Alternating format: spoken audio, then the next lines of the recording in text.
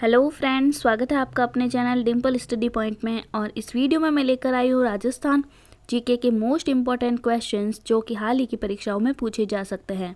तो आप राजस्थान के किसी भी कॉम्पिटिटिव एग्जाम की तैयारी कर रहे हो तो यह वीडियो आपके लिए बहुत ही यूज़फुल होने वाला है। बिना देरी किए चलते हैं अपने पहले प्रश्न की तरफ। मेवाड़ के प्रतापी सिसोदिया राजवंश के महाराज सुजान सिंह द्वारा शाहपुरा भीलवाड़ा की स्थापना कब की गई? तो इसके ऑप्शंस है ए सन 1635 में, बी सन 1632 में, सी सन 1631 में या डी सन 1630 में। तो जवाब होगा ऑप्शन सी, सन 1631 में भीलवाड़ा की स्थापना की गई। अगला प्रश्न है, प्राचीन शिलालेखों के अनुसार विंध्यवली किस जगह का प्राचीन नाम है? तो इसके ऑप्शंस हैं ए अर्थुना बांसवाड़ा का, बी मेड़ता नागौर का, सी सांबर का या डी बिजोलिया भीलवाड़ा का। तो जवाब होगा ऑप्शन डी, बिजोलिया भीलवाड़ा का नाम है विंध्यवली। अगला प्रश्न है, दीप स्तंभ कहाँ पर स्थित है? तो इसके ऑप्शंस हैं ए अर्थुना बांसवाड़ा में, बी बिजोलिया भीलवाड़ा में, सी भानगढ़ अलवर में और डी मेड़ता नागौर में।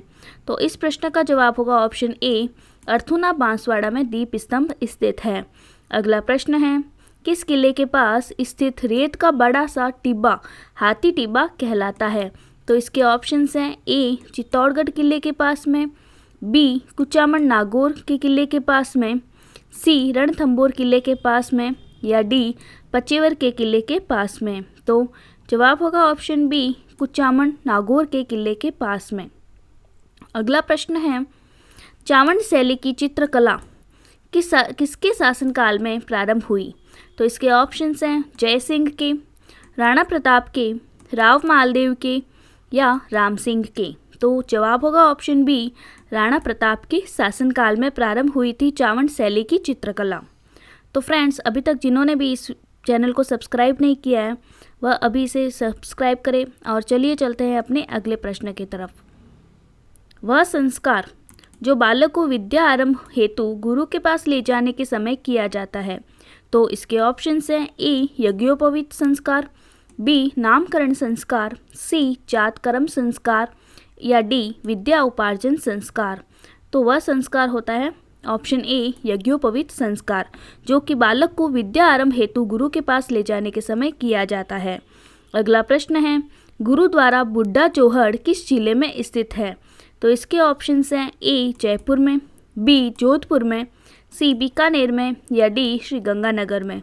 तो जवाब होगा ऑप्शन डी, श्री गंगानगर में गुरुद्वारा बुड्ढा जोहड़ स्थित है।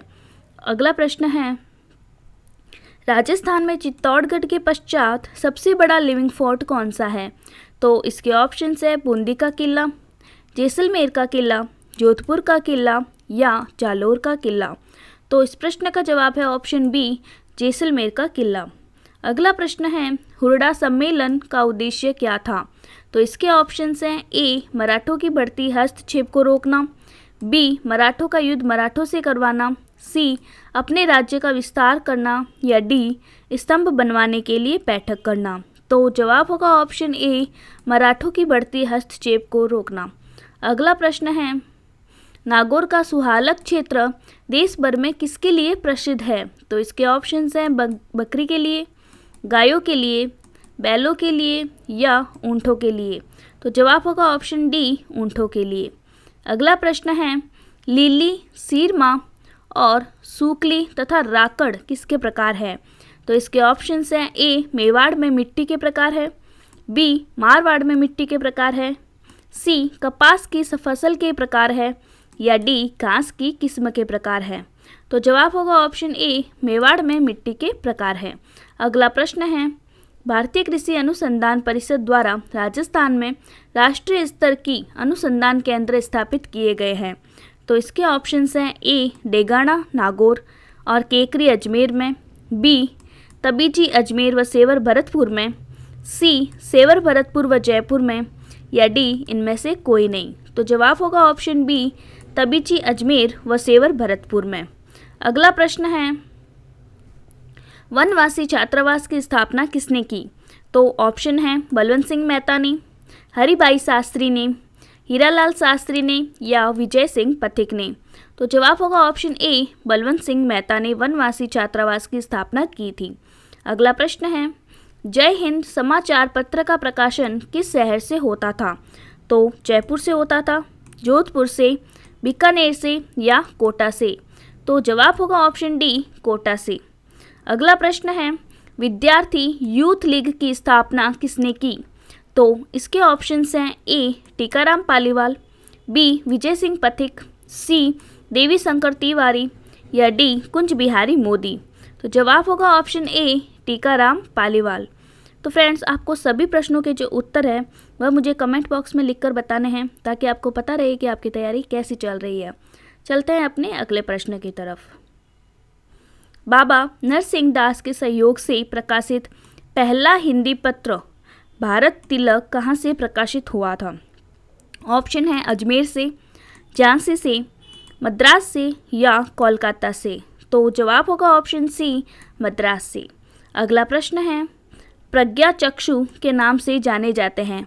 तो इसके ऑप्शंस हैं ए, बालेश्वर दयाल, बी, भंवरलाल सुनार, सी, रूपमुनि महाराज जी और डी, कपिल गौतम।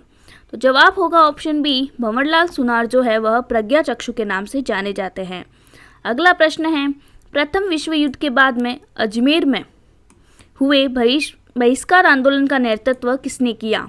तो इसके ऑप्शंस हैं गौरीशंकर ने, जगदीश दत्त ने, ज्वाला प्रसाद ने या सूरत सिंह ने। तो जवाब होगा गौरीशंकर ने। अगला प्रश्न है, शूद्र मुक्ति पुस्तक के लेखक कौन थे?